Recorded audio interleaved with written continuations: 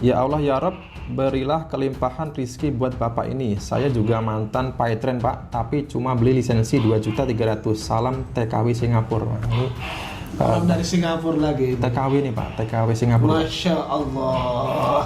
Kocan, saya juga ikut pas masih jadi TKW di Hong Kong. Banyak banget TKW yang jadi sasaran. Uang saya pas daftar pesan Python 3 juta. Di Koperasi Merah Putih 2.500.000. Mugi-mugi Ternyata apa yang dia harapkan itu kan tidak sesuai dengan harapan. Menurut saya, hemat saya, ketika modal mereka tidak dikembalikan, yang menurut saya amat dan sangat zolim, Mas, gitu. Oke.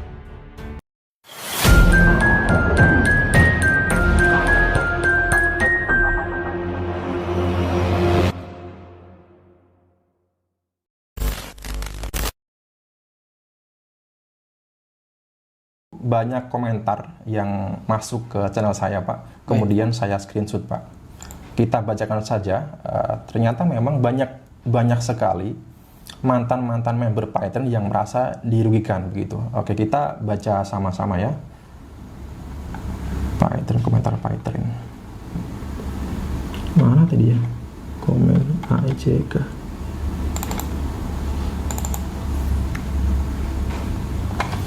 Oke Pak Jenny, mungkin ini kita baca sama-sama Pak Jenny. Baik, Mas Haji saja yang baca, Oke. nanti saya yang komen, Mas. Yang pertama dari Ida Deso.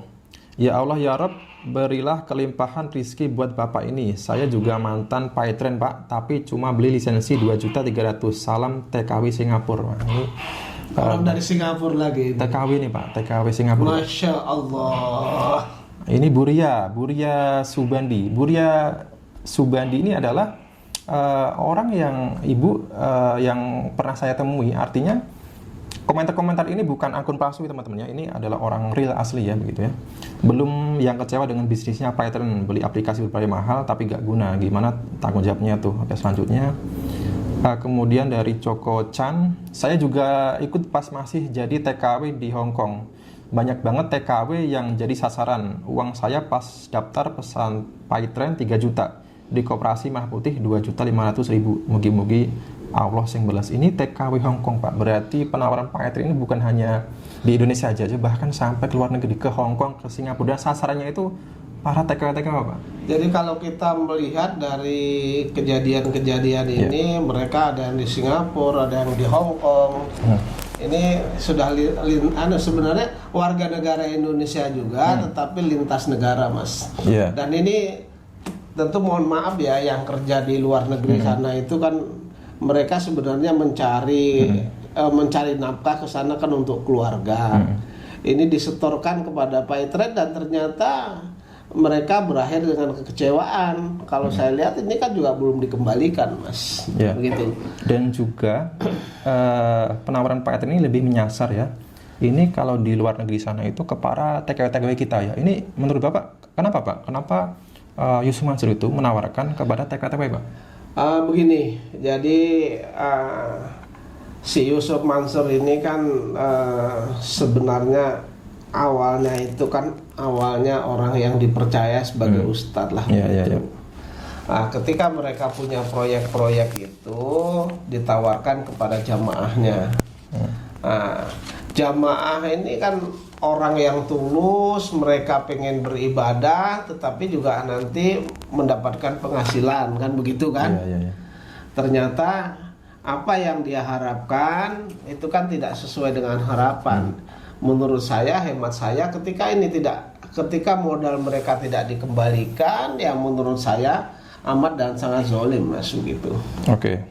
Apa mungkin kenapa penawaran Python, kemudian investasi misalkan tabung tanah cenderung nyasar ke TKW? Ini karena para TKW itu kebanyakan adalah ibu-ibu rumah tangga yang bisa dikatakan awam Pak soal bisnis Pak. Baik. Begitu Pak ya? Ya. Kita langsung baca komentar-komentar selanjutnya teman-teman. Ini dari Ahmad Wadianmor. Aku dulu ditawarin ikut member Python, tapi ternyata syaratnya kita bayar dulu 500.000. Di situ aku merasa curiga. Termasuk istri saya ikut Python 300.000 tujuannya untuk transaksi jual beli pulsa di warung dan hasilnya jong. Oke, selanjutnya. Saya juga ikut PayTrend Yusu Masur, biaya 300.000 dengan iming-iming biaya 3 juta 300.000.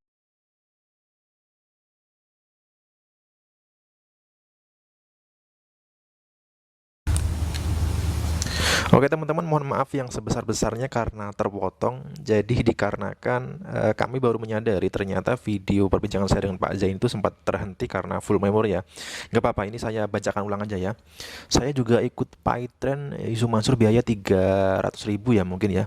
Dengan iming-iming biaya sukses kayak bisa naik haji dan punya mobil. Pas udah ikut saya rasa gak ada manfaatnya dan malah disuruh cari member. Nih 300.000 apa 3 juta ya? Kalau 3 juta lumayan besar juga ya dari MBS. Selanjutnya dari Farlinda Astuti, kami tidak rela uang kami yang di PayTrend kemana uang tersebut, enak bener.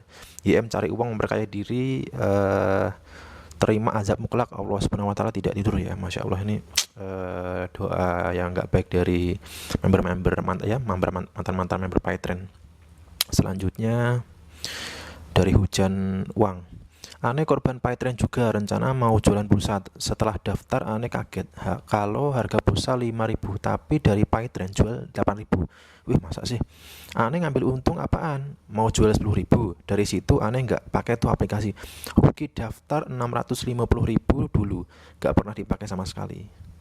Waduh, selanjutnya ini dari Sirojudin Raju. Saya aja nyesel ikut PayTrend yang cuma 350.000, apalagi mereka sampai miliaran. Semoga mereka diberi kesabaran ya. 350.000 kalau kali jutaan orang ya banyak juga gitu. Selanjutnya ini saya bacakan khusus PayTrend aja ya. Ini banyak teman-teman komen-komen dari teman-teman yang merasa rugi gitu. Kemudian dari Unis Ruhmayanti, punten ada yang tahu yang punya PayTrend siapa? Uang teman saya hangus 300 juta. Yang bener sih, mirisnya uang itu bukan uang dia sendiri, ada uang orang lain. Dan hampir saya mau gabung sama PayTrend itu keburu kejadian sama teman saya. 300 juta apa 300 ribu nih. Kalau emang 300 juta bener-bener mendingan hubungi Pak Zeni aja kalau bisa. Ada data-datanya, dibantu untuk menggugat, gratis biayanya.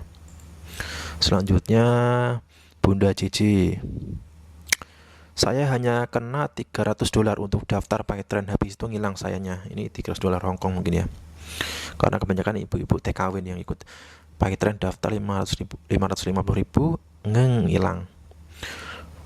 Selanjutnya saya juga pernah ikut bisnis PayTrend, tapi saya login selalu nggak bisa masuk. Untung saya ikutnya sedikit, cuma 800.000 pada tahun 2013. Login nggak bisa itu kemungkinan kesalahan sistemnya atau memang disengaja ya, kita nggak tahu juga ya.